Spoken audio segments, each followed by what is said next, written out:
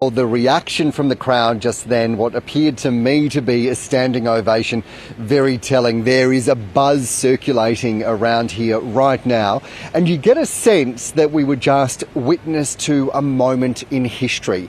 The Prime Minister clearly saying this is a priority, to have a voice to Parliament enshrined within the Constitution that gives an avenue for First Nations people across our nation to speak directly to the politicians in federal Parliament, to raise issues from here, from this country, from the nation states across our country, to be able to communicate that.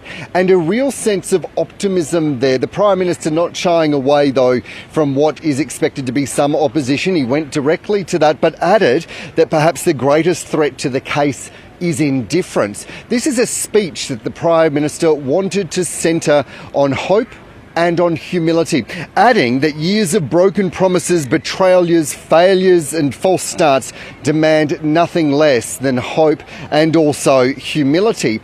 And of course the Prime Minister there detailing exactly the reform that he sees, that he wants in place. Let's have a look at some of the detail.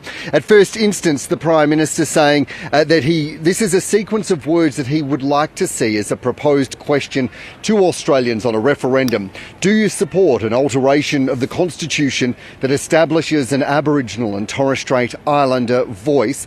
And then the sequence of words that would be enshrined within the Constitution if that were to be successful. One, that there shall be a body to be called the Aboriginal and Torres Strait Islander voice. 2, the Aboriginal and Torres Strait Islander voice may make representations to Parliament and the Executive Government on matters relating to Aboriginal and Torres Strait Islander peoples.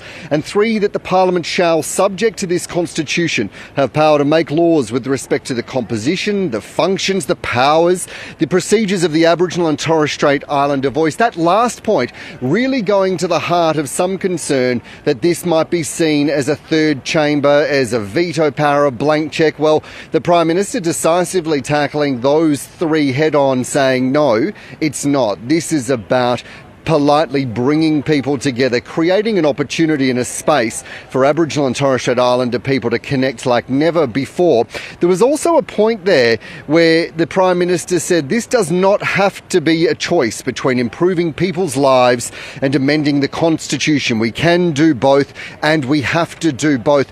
Going to the heart of some of the criticism that what would be the substance of a voice, what would be on offer to actually create tangible, real, lifelong change to deal with issues, as the Prime Minister highlighted there, about roads into remote communities, to get fresh fruit and vegetables into some of the most remote, isolated stretches of the country. He said we can do both, and in fact we actually have to. If not now, when? If not now, when? The Prime Minister said that twice, Miriam. And I don't know about you, but when I heard that, it was a lean-in moment where you pause and for a moment go, this is a moment in time. Feels to be a moment of change. There has been this growing sense that the stories of First Nations Australians are the stories of all Australians, that they're the same threads, the threads in the same rope that they tie together.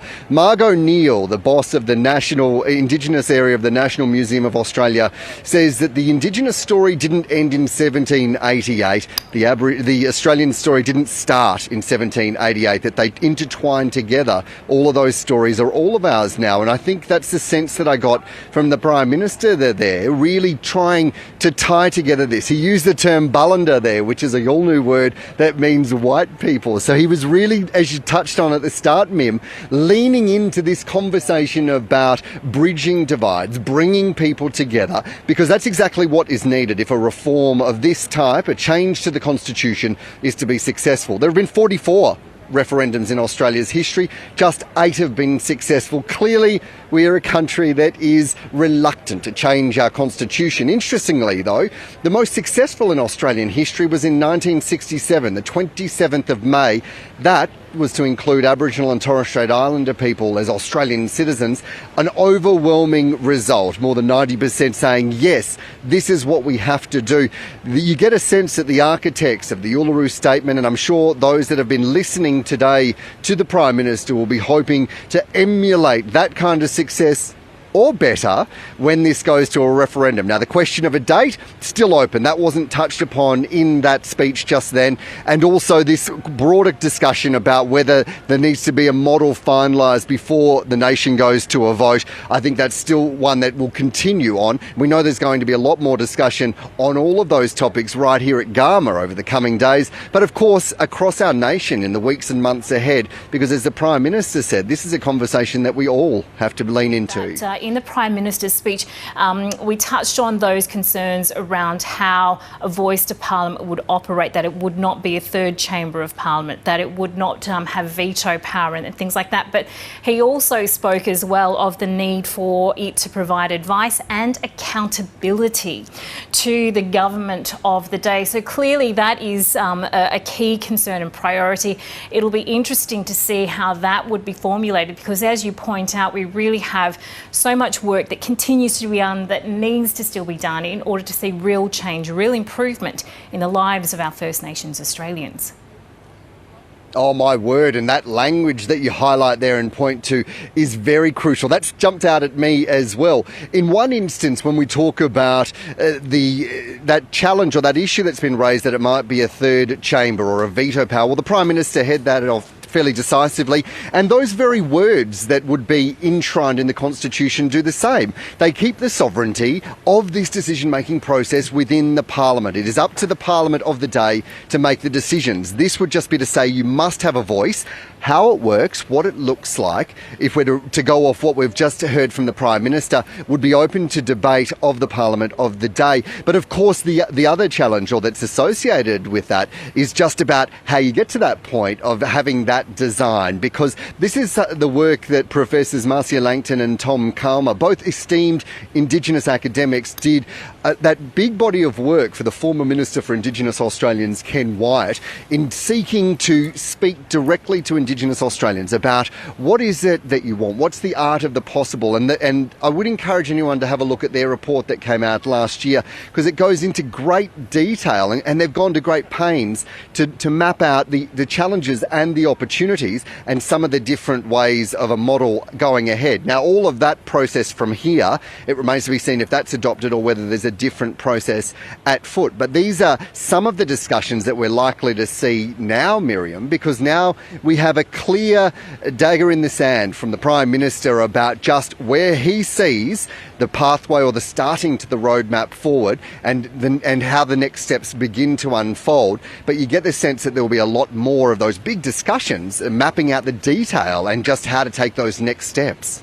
And Dan, as well, one more point that really stood out for me from that speech, obviously a lot contained in it, but one of the points that the Prime Minister really stressed was that he embraced the Uluru Statement in full.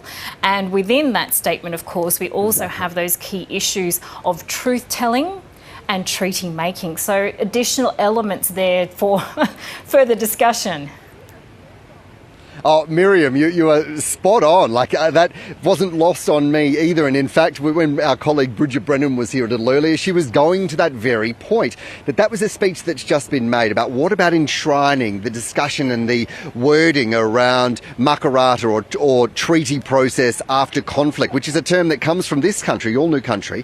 And then also the truth-telling part as well. Does that get looked at in the frame of constitutional reform, or is that embedded or looked at upon the pathway from here? And of course, you're right that the Uluru Statement of the Heart, that invitation to the nation 5 years ago, made it very clear that there are three strands to these reforms that would look at doing the unfinished business that came out of the 1967 referendum.